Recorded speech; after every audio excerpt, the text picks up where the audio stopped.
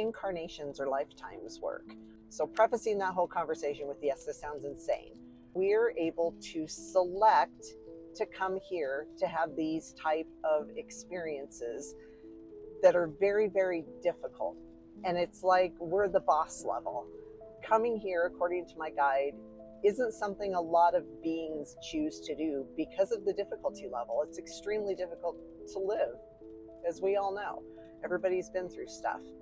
So the way that it's been explained to me, and again, I can't prove any of this. This is just what I keep seeing over and over again with the different people that I've worked with and with my guides, is that before we're born, we make a decision on who we're going to be born to and the experiences that we're going to have. Sort of like we're planning a trip. And while we're on this trip, we want to see X, Y, and Z. So for instance, those X, Y, and Z might have been, for me, my accident. I believe that was an absolute that I chose to happen. And regardless of where I was at that point in my life, something would have happened to create that turning point for me and give me the choices that it did. I believe that my children were absolutes, which is what I call them. Absolute things that were going to happen that I selected before I came. So over the course of your life, those absolutes are going to happen regardless of where you are or the people that you're in touch with.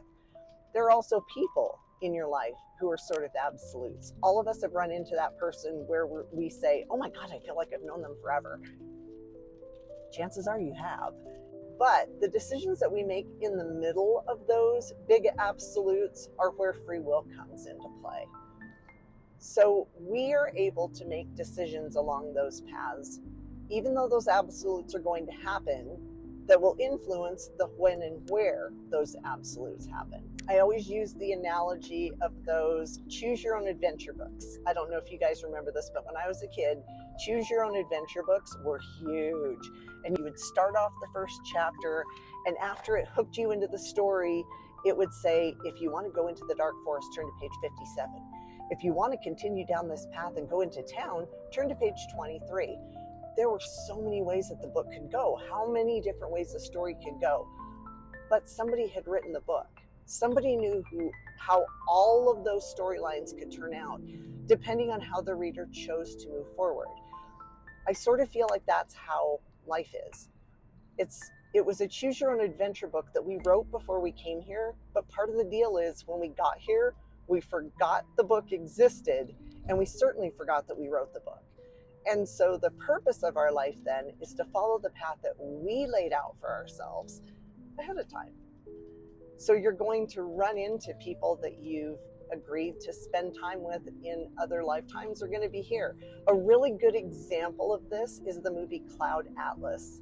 It came out a number of years ago, I think in like 2012, but it struck me on such a deep level as how we move through what we call life here. No, there's no way to prove this. Yes, I realize how ridiculous all of this sounds, but again, I've seen evidence of this over and over and over again in my experience as an intuitive, working with both the dead and the living for as long as I have. So there's some evidence base there